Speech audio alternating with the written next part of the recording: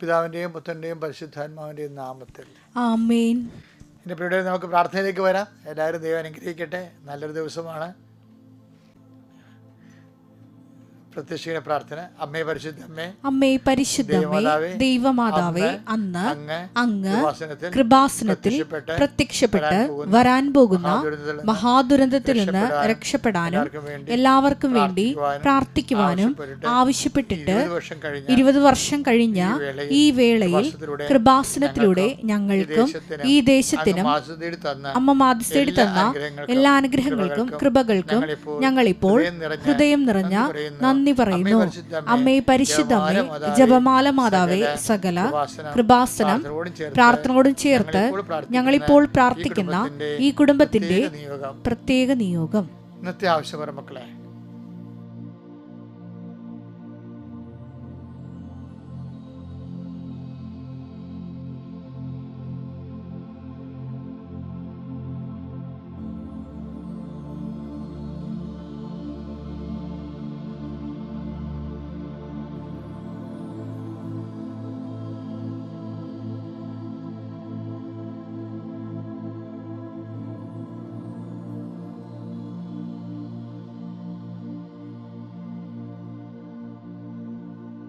അമ്മയുടെ പ്രത്യക്ഷീകരണത്തിന്റെ ഈ ദ്വാദശക വേളയിൽ ഞങ്ങൾക്ക് സാധിച്ചു തരുവാൻ കനിയണമേ. ആമേൻ. വിശ്വാസ പ്രമാണം.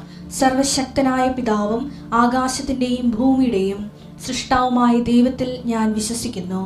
അവിടുത്തെ ഏകപുത്രനും ഞങ്ങളുടെ കർത്താവുമായ ഈശോ മിശിഹായിലും ഞാൻ വിശ്വസിക്കുന്നു. ഈ പുത്രൻ പരിശുദ്ധാത്മാവിനാൽ ഗർഭസ്ഥനായി കന്യകാമറിയത്തിൽ നിന്ന് പിറന്ന് പൊന്തിയോസ് പീലാത്തോസിന്റെ കാലത്ത് പീഡകൾ സഹിച്ച് കുരിശിൽ തറയ്ക്കപ്പെട്ട് മരിച്ച് അടക്കപ്പെട്ട് പാതാളങ്ങളിൽ ഇറങ്ങി മരിച്ചവരുടെ ഇടയിൽ നിന്ന് 3-ാം നാൾ ഉയർത്ത് സ്വർഗത്തിലേക്ക് എഴുന്നള്ളി സർവശക്തിയുള്ള പിതാവായ ദൈവത്തിന്റെ വലതുഭാഗത്തിരിക്കുന്നു. അവിടെ നിന്ന് ജീവിക്കുന്നവരെയും മരിച്ചവരെയും വിധിക്കുവാൻ വരുമെന്നും ഞാൻ വിശ്വസിക്കുന്നു. പരിശുദ്ധാത്മാവിലും ഞാൻ വിശ്വസിക്കുന്നു. വിശുദ്ധ കത്തോലിക്കാ സഭയിലും പുണ്യവാന്മാരുടെ ഐക്യത്തിലും പാപങ്ങളുടെ മോചനത്തിലും ശരീരത്തിന്റെ ഉയർപ്പിലും നിത്യമായ ജീവിതത്തിലും ഞാൻ വിശ്വസിക്കുന്നു. ആമേൻ. സ്വർഗ്ഗസ്ഥനായ ഞങ്ങളുടെ പിതാവേ, അങ്ങയുടെ നാമം പൂജിതമാകണമേ. അങ്ങയുടെ രാജ്യം വരണമേ.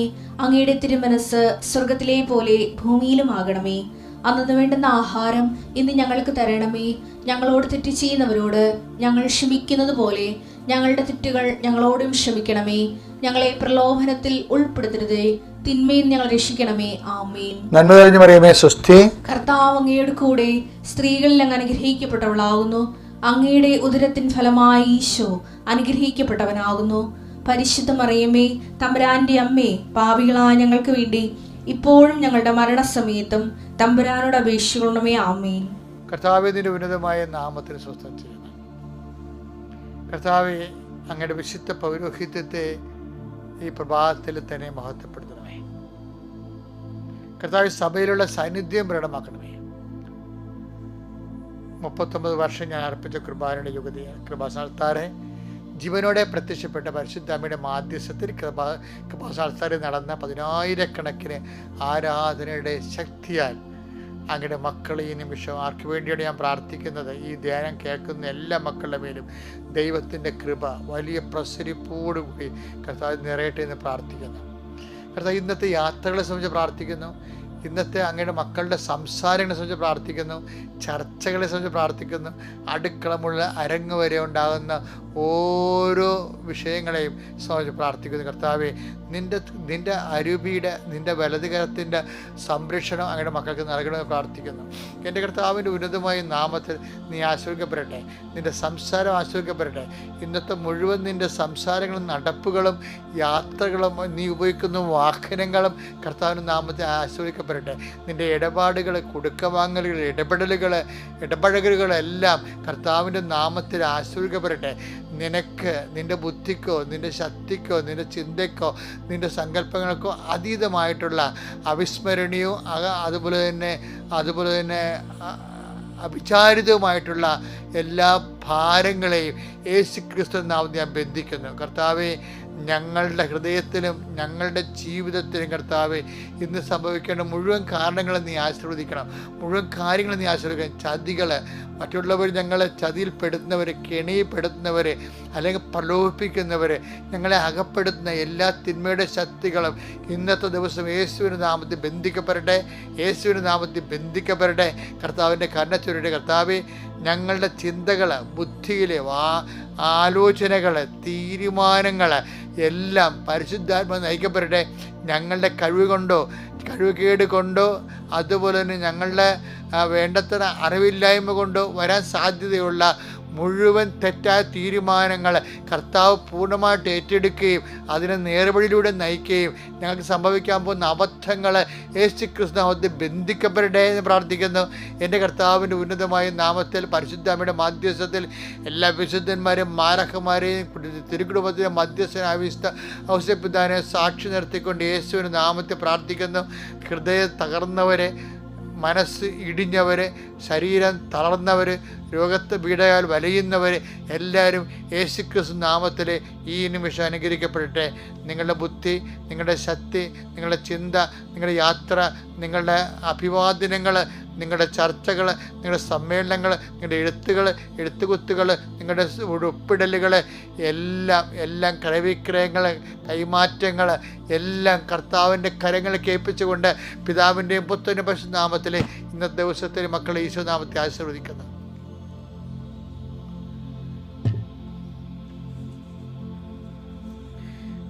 എൻ്റെ മക്കളെ, പിന്നെ ഉണ്ടല്ലോ നമ്മൾ ഇന്ന് കാണാൻ പോകുന്നത്, അതായത് ഈ നമുക്ക് എന്നും കൊന്നു അനുഗ്രഹം എന്ന് പറഞ്ഞാൽ ദൈവത്തിന് അതുകൊണ്ട് വലിയ പ്രയോജനമൊന്നുമില്ല. അനുഗ്രഹം കൊണ്ട് നമ്മൾക്കാണ് പ്രയോജനം. പക്ഷെ ദൈവത്തിന് വേണ്ടപ്പെട്ടവരാകണമെന്നുണ്ടെങ്കിൽ ദൈവത്തിന് നമ്മളെ കൊണ്ട് പ്രയോജനം ഉണ്ടാകണം. ദൈവത്തിന് നമ്മളെ കൊണ്ട് പ്രയോജനം ഉണ്ടാകണമെങ്കിൽ അനുഗ്രഹത്തിന് പകരം കൃപ നമ്മൾക്കും ഉണ്ടാകണം. കൃപ നമ്മൾക്ക് ഉണ്ടാകണമെങ്കിൽ, അഥവാ കൃപ നമ്മളിലേക്ക് വന്നു ചേർന്നാൽ എങ്ങനെ അറിയാൻ പറ്റുമെന്നൊരു സൂത്രപ്പണിയുണ്ട്.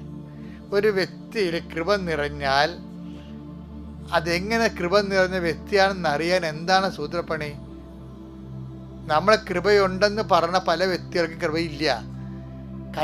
സുവിശേഷ കൈമാറ്റത്തിനാണ് ദൈവം കൃപ അലോട്ട് ചെയ്യണത്. അപ്പോൾ എപ്പോഴും ഓർത്തേക്കണം, പ്രധാനമായിട്ടും മറ്റെല്ലാം ബ്ലെസ്സിങ്സാണ്. ഒരു ബ്ലെസ്ഡ് പേഴ്സൺ ആണെന്ന് പറഞ്ഞാൽ ഓക്കെ, പക്ഷെ ഒരു ഗ്രേസ്ഡ് പേഴ്സൺ ആണെന്ന് പറഞ്ഞാൽ നോട്ട് ഓക്കെ. ഗ്രേസ്ഡ് പേഴ്സൺ എന്ന് പറയുമ്പോൾ അവർ ഗ്രേസ്ഡ് പേഴ്സൺ ആണെങ്കിൽ അയാൾക്ക് ഒരു കൃപ നിറഞ്ഞ ആളാണെങ്കിൽ അയാൾക്ക് ആരെങ്കിലും കാണുമ്പോഴൊക്കെ യേശുവിനെക്കുറിച്ച് പറയാൻ തോന്നും, സുവിശേഷത്തെക്കുറിച്ച് പറയാൻ തോന്നും, അല്ലെങ്കിൽ സുവിശേഷം അവർ അറിഞ്ഞിരുന്നെങ്കിൽ നമുക്ക് തോന്നും.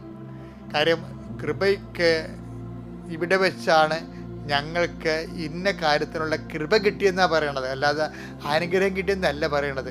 സുവിശേഷ കൈമാറ്റത്തിന് വേണ്ടത് കൃപയാണെന്നുള്ള സൂചനയാണ്. നമുക്ക് നടപടി പുസ്തകം വായിച്ച് 14:26. അവിടെ നിന്ന് അന്ത്യോക്യയിലേക്ക് കപ്പൽ കയറി തങ്ങൾ നിർവഹിച്ച ദൗത്യത്തിന് ആവശ്യമായിരുന്ന ദൈവകൃപയ്ക്ക് അവർ ഭരമേൽപ്പിക്കപ്പെട്ടത് അവിടെ വെച്ചാണല്ലോ. അപ്പോഴേ ദൈവം ഏൽപ്പിക്കുന്ന ദൗത്യം ചെയ്യാൻ വേണ്ടിയാണ് നമുക്ക് ദൈവത്തിന്റെ കൃപ വേണ്ടത്. എന്താ? ദൈവത്തിന്റെ ശക്തി. അനുഗ്രഹം എന്ന് പറഞ്ഞാൽ എന്താണ്? Effect of that power. നമുക്ക് കിട്ടുന്ന അനുഗ്രഹങ്ങളില്ലേ, അത് ഗ്രേസിന്. ഇപ്പം കറണ്ടാണ് കൃപയെങ്കിൽ അനുഗ്രഹം ഈ ബൾബിൻ്റെ വെളിച്ചമാകാം, അല്ലെങ്കിൽ നിങ്ങൾ കേൾക്കുന്ന ശബ്ദമാകാം. അതാണ് ഇഫക്റ്റാണത്. കറണ്ടില്ലെങ്കിൽ ഇതൊന്നുമില്ല, എന്തെല്ലാം ഉപകരണം ഉണ്ടായിട്ടും കാര്യമില്ല. അതാണ് കൃപയും അനുഗ്രഹവും തമ്മിലുള്ള ഒരു വ്യത്യാസം. അതുകൊണ്ട് നിങ്ങൾ കൃപയിൽ നിറഞ്ഞു കഴിഞ്ഞാൽ, നമുക്ക് കൃപയുണ്ടെങ്കിൽ, കറണ്ട് ഉണ്ടെങ്കിൽ എന്ത് പറ്റും? മൈക്ക്, അതുപോലെ തന്നെ ലൈറ്റ്, പിന്നെ എന്താണ് വലിയ ബസ് വരെ ഇപ്പോൾ കറണ്ട് കൊണ്ട് ഓടിക്കേണ്ട ആൾക്കാരില്ലേ. അപ്പോൾ എന്ത് വേണമെങ്കിലും ചെയ്യാം നമുക്ക് കറണ്ട് ഉണ്ടെങ്കിൽ. കൃപയുണ്ടെങ്കിൽ നമുക്ക് എന്തും ചെയ്യാൻ പറ്റും. അനുഗ്രഹം ഉണ്ടെങ്കിൽ ആ ഒരു കാര്യമേ ചെയ്യാൻ പറ്റത്തുള്ളൂ. പഠിക്കാനുള്ള അനുഗ്രഹം ഓക്കെ, ആ പഠിക്കാൻ മാത്രം പറ്റും. പക്ഷെ അതുകൊണ്ട് നമ്മൾ എന്താ ചെയ്യുക? കർത്താവേ, ഞങ്ങൾ കൃപ. ഇന്നത്തെ ദിവസം പ്രാർത്ഥിക്കേണ്ടത് എന്താണ്? 17-ാം തീയതി എന്താ പ്രാർത്ഥിക്കുന്നത്? വെള്ളിയാഴ്ച എന്താ പ്രാർത്ഥിക്കേണ്ടത്? കർത്താവേ, നീ ക്രൂശിക്കപ്പെട്ട ദിവസത്തെ അനുസ്മരണ ദിവസമാണത്. നീ പിതാവിന് വേണ്ടി ചെയ്ത ഏറ്റവും വലിയ കർമ്മമാണത്. അതുകൊണ്ടാണ് നിൻ്റെ നാമത്തിൽ കൃപയെല്ലാം നിൻ്റെ നാമത്തിലായിരിക്കണത്. ആ കൃപ നീ പിതാവ് നിന്നെ ഏൽപ്പിച്ച ജോലി ഞങ്ങൾ ഏറ്റെടുക്കാൻ, അതാണ് ഈശോ പറഞ്ഞില്ലേ, പിതാവിനെ ഏൽപ്പിച്ചതുപോലെ ഞാനും നിങ്ങളെ ഏൽപ്പിക്കുന്നു. Take the bed of God. Yohannan 20:21. Yohannan 20:21. Yesu വീണ്ടും അവരോട് പറഞ്ഞു, നിങ്ങൾക്ക് സമാധാനം. പിതാവ് എന്നെ അയച്ചതുപോലെ ഞാനും നിങ്ങളെ അയക്കുന്നു. എന്താണ്? എന്നിട്ട് ഈശോ പറയവേ, ഞാനും നിങ്ങളെ നിയോഗിക്കുന്നു. എന്താ നിയോഗിക്കണത്? 15-16 വായിച്ചേ. യോഹന്നാൻ 15-16. യോഹന്നാൻ 15:16. നിങ്ങൾ എന്നെ തിരഞ്ഞെടുക്കുകയല്ല, ഞാൻ നിങ്ങളെ തിരഞ്ഞെടുക്കുകയാണ് ചെയ്തത്. നിങ്ങൾ പോയി ഫലം പുറപ്പെടുവിക്കുന്നതിനും നിങ്ങളുടെ ഫലം നിലനിൽക്കുന്നതിനും വേണ്ടി ഞാൻ നിങ്ങളെ നിയോഗിച്ചിരിക്കുന്നു. അപ്പൊ നമ്മൾ ദൈവത്തിന്റെ വചനങ്ങൾ പറയാനോ, ഇപ്പൊ കൃപാസനത്തിൽ പത്രം കൊടുക്കുന്ന വലിയൊരു പ്രവർത്തനമല്ലേ. എല്ലാ കാടും മേടും മലയും ഒക്കെ ഇറങ്ങിയ ആൾക്കാർ പത്രം കൊടുക്കുന്നതല്ല, പറഞ്ഞു കൊടുക്കുന്നുണ്ട് ആൾക്കാർ. അവരുടെ അനുഭവങ്ങൾ പറഞ്ഞാണ് അവർ കൊടുക്കുന്നത്. അപ്പോൾ എന്താ സംഭവം? അപ്പോൾ ഈശോ പറഞ്ഞത്, ഞാൻ നിങ്ങളെ നിയോഗിച്ചതാണെന്ന്. ആര് നിയോഗിച്ചു? എൻ്റെ പിതാവ് എന്നെ നിയോഗിച്ചതുപോലെ ഞാനും നിങ്ങളെ നിയോഗിച്ചു. അപ്പോൾ അങ്ങനെ നിയോഗം ഉള്ളപ്പോഴാണ് എന്താണ് നമുക്ക് അനുഗ്രഹം ലഭിക്കുന്നത്? കൃപയാണ്. അതുകൊണ്ട് ആദ്യം എല്ലാ അനുഗ്രഹങ്ങളുടെയും അമ്മയായ കൃപ ആർജിക്കാൻ വേണ്ടി സുവിശേഷ വേല ചെയ്തും കർത്താവിനെ അറിയാത്ത അറിയിക്കുകയും അറിഞ്ഞവരെ ആഴപ്പെടുത്തുകയും ചെയ്യാൻ പ്രത്യേക അഭിഷേകത്തിന് വേണ്ടി പ്രാർത്ഥിച്ചാൽ ദൈവത്തിൻ്റെ തിരുസന്നിധിയിൽ നമ്മൾ വിലയുള്ളവരായി മാറും. പിന്നെ നമുക്ക് തിരിഞ്ഞു നോക്കേണ്ടി വരത്തില്ല. കർത്താവ് നിങ്ങളെ അനുഗ്രഹിക്കട്ടെ. ഇന്ന് നിങ്ങൾ 2 പേരെങ്കിലും കർത്താവിൻ്റെ നാമത്തെക്കുറിച്ച് സംസാരിക്കാൻ നിങ്ങളെ പരിശുദ്ധാത്മ ബലപ്പെടുത്തട്ടെ. ആത്മാവേ, പരിശുദ്ധാത്മാവേ, അമ്മേ, പരിശുദ്ധമ്മേ, അങ്ങയുടെ മക്കളെ ബലപ്പെടുത്തണം. ഈശോനെ കൈമാറാനുള്ള കൃപയും ആത്മശക്തിയും ആത്മബലവും അഭിഷേകമായി നിങ്ങൾക്ക് ലഭിക്കട്ടെ. Spirit of power and grace. ഈ ദിവസങ്ങളിലെ 2 സഹോദരങ്ങളുടെ സെയിം എക്സ്പീരിയൻസ് എൻ്റെ ശ്രദ്ധയിൽപ്പെട്ടൊരു വിഷയമാണ്. ഒന്ന് സോഫിയ ജോർജ്, അല്ല ജോർജിൻ്റെ എക്സ്പീരിയൻസ്. രണ്ടാമത്തെ ആൻ്റണി ജോർജ്. ഇവർ 2 പേരും ഗവൺമെൻറ് ഓഫീസർമാരാണ്. ഇവർ 2 പേരും പറഞ്ഞിരിക്കുന്ന ഉടമ്പടി എടുക്കുമ്പോഴുള്ള ഒരേ എക്സ്പീരിയൻസാണ്. ഇതിക്ക് മുമ്പ് വേറെ പല ആൾക്കാരും പറഞ്ഞിട്ടുള്ളതാണ്. എൻ്റെ ആധ്യാത്മികമായ അനുഭവ യാത്രയിൽ എനിക്കും പലപ്പോഴും തോന്നിയിട്ടുള്ള സത്യമാണ്. ഇവർ 2 പേരും പറഞ്ഞിരിക്കുന്നത്, നമ്മളൊരു ക്ലേശത്തിലാണ് ഏതെങ്കിലും വിഷയത്തിൽ. ചിലപ്പോൾ രോഗപീഠ, ചിലപ്പോൾ നമ്മുടെ റിസൾട്ട് നമ്മളുടെ ബയോപ്സിക്ക് നമ്മളുടെ ടെസ്റ്റിന് കൊടുത്തിരിക്കുകയായിരിക്കും നമ്മളുടെ എന്തെങ്കിലും രോഗ കാരണങ്ങൾ. അപ്പോൾ നമുക്കൊരു ടെൻഷനുണ്ടാവും. എന്തായിരിക്കും ഇനി, അത് ക്യാൻസർ ആയിരിക്കും, ആയിരിക്കും എന്ന് നമുക്കൊരു ചെറിയൊരു ഭയമുണ്ടാകും. ഇപ്പം ജപ്തി നടപടി അതുപോലെയുള്ള നടപടികൾ വരുമ്പോൾ ഞാൻ എൻ്റെ പെൺകുഞ്ഞുങ്ങളെ കൊണ്ട് ഇറങ്ങേണ്ടി വരുമോ എന്നൊക്കെ ഓർക്കുമ്പോൾ നമുക്കൊരു ഭയമുണ്ടാകും. ഇങ്ങനെ ജീവിതം നമ്മൾക്ക് വെച്ച് നീട്ടിത്തരുന്ന ഒരു സംഭവമാണ് സങ്കടം, ഭയം, നമ്മളതിൻ്റെ അടുത്ത് ആശങ്ക, പെട്ടുപോകുമോ എന്നുള്ള ആശങ്ക, എല്ലാം തീർന്നു എന്നുള്ള രീതിയിൽ എന്തെങ്കിലും ഒരു അഭ്യൂഹത്തിൽ സംഭവിച്ചു കഴിഞ്ഞാൽ, എന്തെങ്കിലും ഒരു ആഘാതം സംഭവിച്ചാൽ, തോൽവി സംഭവിച്ചാൽ എല്ലാം തീർന്നു എന്ന് തോന്നും. ഇത് പണ്ട് മുതലേ തോന്നിയ ഒരു യൂഡാസ് സിൻഡ്രോമാണ്. യൂഡാസ് സിൻഡ്രോം എന്ന് പറഞ്ഞാൽ എന്താ? പുള്ളിക്കാരൻ കർത്താവിനെ ഒത്തിക്കൊടുത്തപ്പോൾ കൈവിട്ടു പോയില്ലേ. കർത്താവ് എങ്ങനെയെങ്കിലും രക്ഷപ്പെടും എന്നുള്ള ഒരു ചിന്ത പുള്ളിക്ക് ഉണ്ടായിരുന്നു. എങ്ങനെയും രക്ഷപ്പെടും എന്നുള്ള ചിന്ത ഉണ്ടായിരുന്നു. കാര്യം ഒത്തിരി അത്ഭുതങ്ങൾ കാണിച്ച ആളല്ലേ.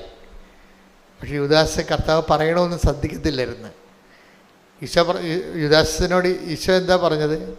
3 പ്രാവശ്യം പറഞ്ഞു. ഒരു കൊല്ലത്തിനുള്ളിൽ 3 പ്രാവശ്യം പറഞ്ഞു, മനുഷ്യപുത്രൻ ശത്രുക്കരങ്ങളിൽ നമ്മൾ ജെറുസലേമിലേക്ക് പോവുകയാണ്.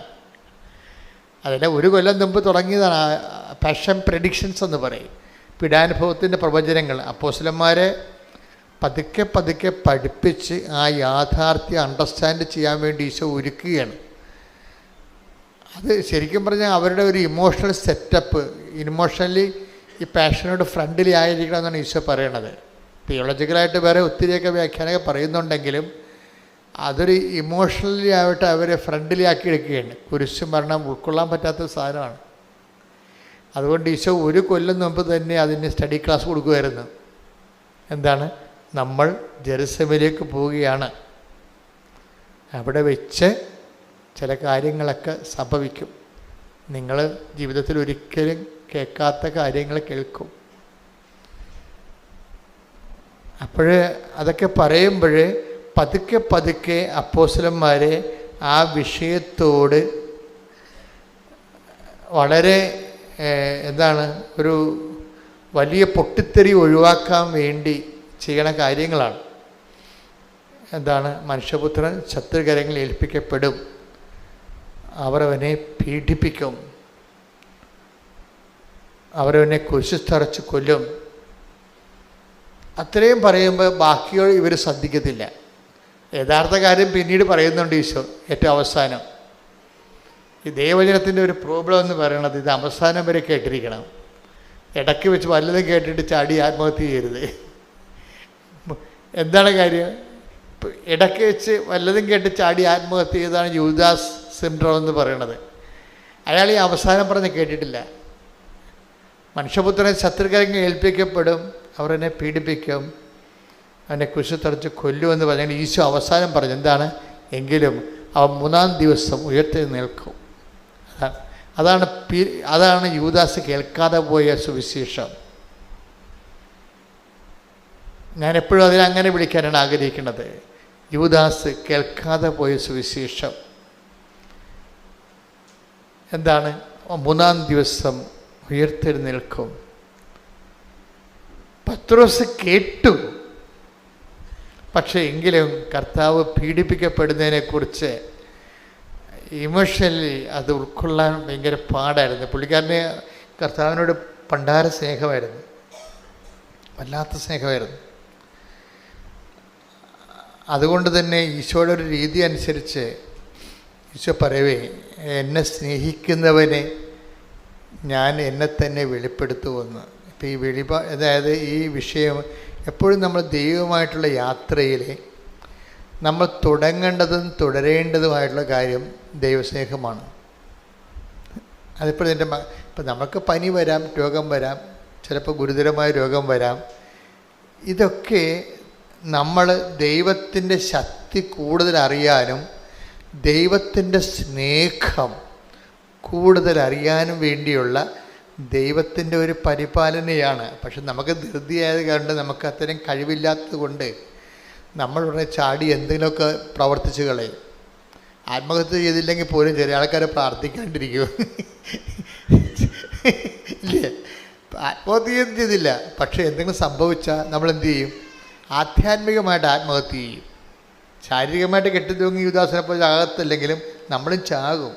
ആധ്യാത്മികമായിട്ട് ആത്മഹത്യ ചെയ്യും. അതെന്താണ്? Spiritual suicide. അത് നമ്മളെല്ലാവരും ചെയ്യേണ്ട ഒരു സാധനമാണ്. സ്പിരിച്വൽ സൂയിസൈഡ് എന്തെങ്കിലും സംഭവിച്ചു കഴിഞ്ഞാൽ അന്നത്തെ സന്ധ്യപ്രാർത്ഥന മുടക്കും. അതാണ് ഇല്ലേ? ഉറപ്പല്ലേ? എന്തെങ്കിലും നമുക്ക് പറ്റാത്ത വിഷമം സംഭവിച്ചു കഴിഞ്ഞാൽ നമ്മളുടനെ കുർബാന മുടക്കും. അതാണ് സ്പിരിച്വൽ സൂയിസൈഡ് എന്ന് പറയുന്നത്. അതും ഫിസിക്കൽ സൂയിസൈഡും തമ്മിൽ വലിയ വ്യത്യാസമൊന്നും ഇല്ല. ഇത്തിരി മറ്റത് സ്പിരിച്വൽ സൂയിസൈഡിന് ഇനിയും തിരിച്ചു വരാനൊക്കെ പറ്റും, ഫിസിക്കൽ സൂയിസൈഡിന് തിരിച്ചു വരാൻ പറ്റത്തില്ല. അപ്പോൾ ഈ രണ്ടും സംഭവിക്കാൻ സാധ്യതയുണ്ടെന്നറിയാം ശിഷ്യന്മാർക്ക്. ഒന്നെങ്കിൽ ഈ ജെറുസലേമിൽ സംഭവിക്കാൻ പോകുന്ന വിഷയങ്ങൾ അവർ ഓൾ ഓൺ എ സഡൻ കേട്ട് കഴിഞ്ഞാൽ രണ്ട് കാര്യം സംഭവിക്കും. ഒന്നെങ്കിൽ സ്പിരിച്വൽ സൂയിസൈഡ് സംഭവിക്കും. അത് പത്രോസിന് അങ്ങനെ സംഭവിച്ചു. കാര്യം കർത്താവ് പത്രോസോട് പറഞ്ഞായിരുന്നു, നിനക്ക് സ്പിരിച്വൽ സൂയിസൈഡ് സംഭവിക്കും, മറ്റവന് ഫിസിക്കൽ സൂയിസൈഡാണ് സംഭവിക്കുന്നത്. അവൻ തട്ടിത്തൂങ്ങി മരിക്കും. കാര്യം അവൻ ഉയർത്തെഴുന്നേൽപ്പിനെ കുറിച്ച് കേട്ടില്ല. അതുകൊണ്ടാണ്. ഉയർത്തെഴുന്നേൽപ്പിനെ കുറിച്ച് കേട്ടില്ലെങ്കിൽ കുഴപ്പമാണ്. ക്രിസ്തുവിനെക്കുറിച്ച് എല്ലാം കേട്ട് അണ്ണന്മാരുടെ കൊണ്ട് കുഴപ്പം അതാണല്ല, ക്രിസ്തു സാമൂഹ്യ പരിഷ്കർത്താവാണ് എന്നൊക്കെ പറയുന്നില്ല. അതൊക്കെ വിവരക്കേട്, ബോധമില്ലാത്തവന് പുറമേ അകലെ നിന്നുകൊണ്ട് ക്രിസ്തുവിനെ മനസ്സിലാക്കാൻ ഉള്ള ഒരു വൃഥാശ്രമങ്ങളാണ്. ക്രിസ്തു സാമൂഹ്യ പരിഷ്കർത്താവായിട്ട് മന്നത്ത് പരമാനെ പോലെ വന്ന ആളല്ല, ശ്രീനാരായണ ഗുരുവിനെ പോലെ വന്ന ആളല്ല. അവനിതിനെ വിഷയത്തെക്കുറിച്ചൊക്കെ വ്യക്തതയുണ്ട്. ആ 142 സങ്കീർത്തനം വായിച്ചേ. 142 സങ്കീർത്തനം 4-ാം തിരുവചനം. വലതുവശത്തേക്ക് നോക്കി ഞാൻ കാത്തിരിക്കുന്നു. വലതുവശത്തേക്ക് നോക്കി ഞാൻ കാത്തിരിക്കുന്നു. എന്നാൽ ആരും എന്നെ ശ്രദ്ധിക്കുന്നില്ല. ഒരു രക്ഷാകേന്ദ്രവും എനിക്ക് അവശേഷിക്കുന്നില്ല. ആരും എന്നെ പരിഗണിക്കുന്നുമില്ല. അപ്പൊ ഇതിനാണ് ഓടി ഒളിക്കാൻ ഇടയില്ലെന്ന് പറയണത്.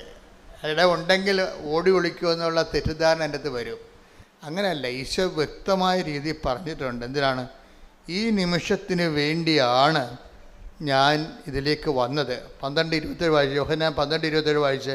ശ്രുതികട്ടെ. ഹല്ലേലൂയ, ഹല്ലേലൂയ, ഹല്ലേലൂയ, ഹല്ലേലൂയ. യേശുവേ നന്ദി. ഹല്ലേലൂയ, ഹല്ലേലൂയ. യോഹന്നാൻ 12:27. യോഹന്നാൻ 12:27. പിതാവേ, ഈ മണിക്കൂറിൽ നിന്ന് എന്നെ രക്ഷിക്കണമേ. അല്ല, ഇതിനു വേണ്ടിയാണല്ലോ ഈ മണിക്കൂറിലേക്ക് ഞാൻ വന്നത്. അപ്പൊ മരണത്തെ കർത്താവ് മനുഷ്യന്റെ പാപത്തിന് വേണ്ടിയുള്ള പരിഹാര ബലിയെ ഒഴിവാക്കാൻ പറ്റത്തില്ല. അതാണ് 12:27 പറയുന്നത്. ഓടി ഒളിക്കാനൊന്നും പറ്റത്തില്ല. ഇടവില്ലെന്ന് പറഞ്ഞിട്ട് കാര്യമില്ല. ഇട ഉണ്ടായാലും ഓടി ഒളിക്കാൻ പറ്റത്തില്ല. എന്താ കാര്യം? ഈ മണിക്കൂറിന് വേണ്ടിയാണല്ലോ ഞാൻ. ഒന്നൊരു വായിച്ചേ. ശ്രുതികട്ടെ. ഹല്ലേലൂയ, ഹല്ലേലൂയ. ഇതിനു വേണ്ടിയാണല്ലോ ഈ മണിക്കൂറിലേക്ക് ഞാൻ വന്നത്. പിതാവേ, അതിൻ്റെ അർത്ഥം ബാക്കി എന്താണെന്ന് അറിയാം. പിതാവേ, അങ്ങേ പുത്രനെ മഹത്വപ്പെടുത്തണമേ. അപ്പോൾ അവിടെ സ്വർഗത്തിൽ നിന്ന് സ്വരമുണ്ടായി, ഇതാ ഞാൻ മഹത്വപ്പെടുത്തുന്നു, ഇനിയും മഹത്വപ്പെടുത്തും. അപ്പം ഇനിയും മഹത്വപ്പെടുത്തും എന്നുള്ളതാണ് റിസറക്ഷൻ എന്ന് പറയണത്, പുനരുദ്ധാനം. Take the bed of God. ശ്രുതികട്ടെ. ഹല്ലേലൂയ, ഹല്ലേലൂയ, ഹല്ലേലൂയ. യോഹന്നാൻ 12:28. യോഹന്നാൻ 12:28. പിതാവേ, അങ്ങയുടെ നാമത്തെ മഹത്വപ്പെടുത്തണമേ. അപ്പോൾ സ്വർഗത്തിൽ നിന്ന് ഒരു സ്വരമുണ്ടായി. ഞാൻ മഹത്വപ്പെടുത്തിയിരിക്കുന്നു, ഇനിയും മഹത്വപ്പെടുത്തും. അപ്പൊ ഇനിയും മഹത്വപ്പെടുത്തും എന്നുള്ളതാണ് കർത്താവിൻ്റെ തിരുവുദ്ധാനത്തെക്കുറിച്ചുള്ള പ്രവചനമാണത്. അപ്പ ഈശ്വരനെ ഉയർത്തെഴുന്നേൽപ്പിക്കുമെന്ന് പറയണതാണ്. നീ പാപത്തിന് പരിഹാരം ചെയ്തുകൊണ്ട് എൻ്റെ തിരുമനസ്സ് നിറവേറ്റുമ്പോൾ ഞാൻ നിന്നെ ഇനിയും മഹത്വപ്പെടുത്തും. അത് അപ്പായുടെ വാഗ്ദാനമാണ്. അപ്പ ഈശോയ്ക്ക് നൽകുന്ന വാഗ്ദാന പ്രകാരമാണ് ഈശോയെ ഉയർത്തെഴുന്നേൽപ്പിക്കുന്നത്. ഇതാണ് സുവിശേഷമെന്ന് പറയണത്. ആ ഈശോ മരിച്ചു എന്നുള്ളതല്ല സുവിശേഷം, ഈശോ ഉയർത്തെഴുന്നേറ്റു എന്നുള്ളതാണ് സുവിശേഷം. ഈ സുവിശേഷമാണ് യൂദാസ് ശ്രദ്ധിക്കാതെ പോയത്. ഇതൊരു കൊല്ലമായിട്ട് പറയണതാ. ഒന്നാമത്തെ പാഷൻ പ്രഡിക്ഷൻസ് എടുത്ത് ശ്രുതികട്ടെ. ഹല്ലേലൂയ, ഹല്ലേലൂയ, ഹല്ലേലൂയ, ഹല്ലേലൂയ. മത്തായി 16:21. മത്തായി 16:21. അപ്പോൾ മുതൽ യേശു തനിക്ക് ജെറുസലേമിലേക്ക് പോകേണ്ടിയിരിക്കുന്നുവെന്നും ശ്രേഷ്ഠന്മാരിൽ നിന്നും പ്രധാന പുരോഹിതന്മാരിൽ നിന്നും നിയമജ്ഞരിൽ നിന്നും വളരെയേറെ സഹിക്കേണ്ടി വരുമെന്നും താൻ വധിക്കപ്പെടുമെന്നും എന്നാൽ മൂന്നാം ദിവസം ഉയർപ്പിക്കപ്പെടുമെന്നും ശിഷ്യന്മാരെ അറിയിച്ചു തുടങ്ങി. ഇത് ഒരു വർഷം 3 പ്രാവശ്യം ഈശോ പറയുന്നുണ്ട്. ജെറുസലേമിലേക്കുള്ള യാത്ര ആരംഭിച്ച് ഗലീലയിൽ നിന്നാണ് ജെറുസലേമിലേക്ക് യാത്ര ആരംഭിക്കുന്നത്. ഈ യാത്രാ വട്ടങ്ങളിൽ 3 ഘട്ടങ്ങളിലാണിത് പറയണത്. ഈ പറയുന്നതിൻ്റെ പ്രധാനപ്പെട്ട കാര്യം ശിഷ്യന്മാരെ ഒന്ന് അവരുടെ ഇമോഷണൽ ആയിട്ട് അവരൊന്ന് ട്രീറ്റ് ചെയ്യുകയാണ്. ഒരു ഇമോഷണൽ ട്രീറ്റ്മെൻറ്റാണ് കൊടുക്കുന്നത്. പ്രവചനങ്ങളാണ് നിറവേറുന്നത്. അതിൻ്റെതായിട്ടുള്ള തിയോളജിക്കൽ ഇംപ്ലിക്കേഷൻസൊക്കെ ഉണ്ടെങ്കിലും പർട്ടിക്കുലറായിട്ട് അവിടെ സംഭവിക്കുന്നത് ഇവർക്കൊരു ഇമോഷണൽ ട്രീറ്റ്മെൻറ്റ് കൊടുക്കുകയാണ്. നിങ്ങളിതിനെ ഉൾക്കൊള്ളാൻ തയ്യാറാകണം. ഇപ്പോൾ കൗൺസിലിംഗ് കൊടുക്കത്തില്ലേ ഡോക്ടർമാർ? ഓപ്പറേഷന് മുമ്പ് ഇപ്പോൾ എല്ലാ ഓപ്പറേഷന് മുമ്പ് രോഗിക്ക് കൗൺസിലിംഗ് കൊടുക്കും അല്ലേ? അതായത് അതിൻ്റെ ഇപ്പം ഒരു മരുന്ന് ഇഞ്ചെക്റ്റ് ചെയ്യാൻ പോണ തന്നെ അതിൻ്റെ സൈഡ് ഇപ്പം കീമോയ്ക്ക് മുമ്പ് ഒരു കൗൺസിലിംഗ് കൊടുക്കും. എന്താണ്? മുടിയൊക്കെ പോകും, പിന്നെ കുറച്ച് കഴിയുമ്പോൾ വരും എന്നൊക്കെ അവർ പറയും. അത് കൗൺസിലിംഗ് ആണത്. മുടിയൊക്കെ പോകും, പിന്നെ കുറച്ച് കഴിയുമ്പോൾ വരും. ഞാനങ്ങനെ ഒരു സാക്ഷ്യം കേട്ടായിരുന്നു. പക്ഷേ അങ്ങനെ കൊടുത്തെങ്കിൽ അപ്പോൾ അദ്ദേഹം പറയണത് അങ്ങനെ എന്നോട് പറഞ്ഞെങ്കിലും ആൻ്റണി ജോർജ് പറയണത് എനിക്ക് ഉദരത്തിൽ ക്യാൻസറാണ്. ബയോപ്സിക്ക് വന്നപ്പോൾ അത് ക്യാൻസറാണെന്ന് മനസ്സിലാക്കി. ക്യാൻസർ 3ാം സ്റ്റേജിലാണ്. അപ്പോൾ ഡോക്ടർ വിളിച്ച് എനിക്ക് കൗൺസിലിംഗ് തന്നു. എന്താണ്? കീമോ എടുക്കാൻ പോവുകയാണ്, ഇത് 3ാം സ്റ്റേജാണ്, എനിക്ക് വേറെ ഓപ്ഷൻസ് ഇല്ല, മുടിയെല്ലാം പോകും, പിന്നെ തിരിച്ചു വരുമെന്ന് പറഞ്ഞു. തിരിച്ചു വരും. അപ്പോൾ അതൊരു കൗൺസിലിംഗ് ആണ്. എന്ന് വെച്ച് കഴിഞ്ഞാൽ ഇമോഷണലായിട്ട് ഇയാൾ ഇതിനോട് ഒരു അക്സെപ്റ്റബിളായിട്ട് മാറണം. ട്രീറ്റ്മെൻറ്റാണ് ശരിക്കും. ഇതുപോലെ പാഷൻ പ്രിഡിക്ഷൻസ് എന്ന് പറയുന്ന പീഡാനുഭവ പ്രവചനങ്ങൾ. നമ്മൾ ജെറുസലേമിലേക്ക് പോവുകയാണ്, അവിടെ വെച്ച് മനുഷ്യപുത്രൻ ശത്രുക്കളെ ഏൽപ്പിക്കപ്പെടും, അവനെ വധിക്കും, എന്നാൽ 3ാം ദിവസം ഉയർത്തെഴുന്നേൽക്കും. അപ്പോൾ ആ ഉയർത്തെഴുന്നേൽപ്പിൻ്റെ സുവിശേഷം യൂദാസ് കേട്ടോ ഇല്ലെന്നല്ല, അയാളത് വിശ്വസിച്ചില്ല. അതാണ് പ്രശ്നം. കെട്ടിത്തൂങ്ങാനുണ്ടായിരുന്ന കാരണം എന്താ? യൂദാസ് കെട്ടിത്തൂങ്ങാനുണ്ടായ കാരണം എന്താ? അങ്ങനെ ഒന്ന്, കർത്താവിൻ്റെ തിരുവുദ്ധാനത്തിൽ അയാൾ വിശ്വസിച്ചില്ല. അതാണ് പ്രശ്നം. വിശ്വസിച്ചിരുന്നെങ്കിൽ, വിശ്വസിച്ച ഒരാളുണ്ട്. ആരാണ്? പത്രോസിനോട് ചോദിച്ചായിരുന്നു, നീ എൻ്റെ പുനരുദ്ധാനത്തിൽ വിശ്വസിക്കുന്നുണ്ടോ എന്ന് ചോദിച്ചായിരുന്നു. കർത്താവ് ഡയറക്റ്റ് ചോദിച്ചായിരുന്നു. വിശ്വസിക്കാത്ത ചിലരിവിടെ ഉണ്ടെന്ന് ഈശോ പറയുന്നുണ്ട്. വിശ്വസിക്കാത്ത ചിലരിവിടെ ഉണ്ടെന്ന് പറയണപ്പോൾ ശിഷ്യന്മാരെ ഈശോ മനസ്സിലാക്കിയത് പുനരുത്ഥാനത്തിൽ വിശ്വസിക്കാത്തവരും വിശ്വസിക്കുന്നവരുമായിട്ടാണ് മനസ്സിലാക്കിയത്. അതുകൊണ്ട് തന്നെ വിശ്വസിക്കാത്ത ചിലരിവിടെയുണ്ട്. Take the word of God. ശ്രദ്ധിക്കട്ടെ. ഹല്ലേലൂയ ഹല്ലേലൂയ ഹല്ലേലൂയ ഹല്ലേലൂയ ഹല്ലേലൂയ. യോഹന്നാൻ 6:64. യോഹന്നാൻ 6:64. എന്നാൽ വിശ്വസിക്കാത്തവരായി നിങ്ങളിൽ ചിലരുണ്ട്. അവർ ആരെന്നും തന്നെ ഒറ്റിക്കൊടുക്കാനിരിക്കുന്നവൻ ആരെന്നും ആദ്യം മുതലേ അവൻ അറിഞ്ഞിരുന്നു.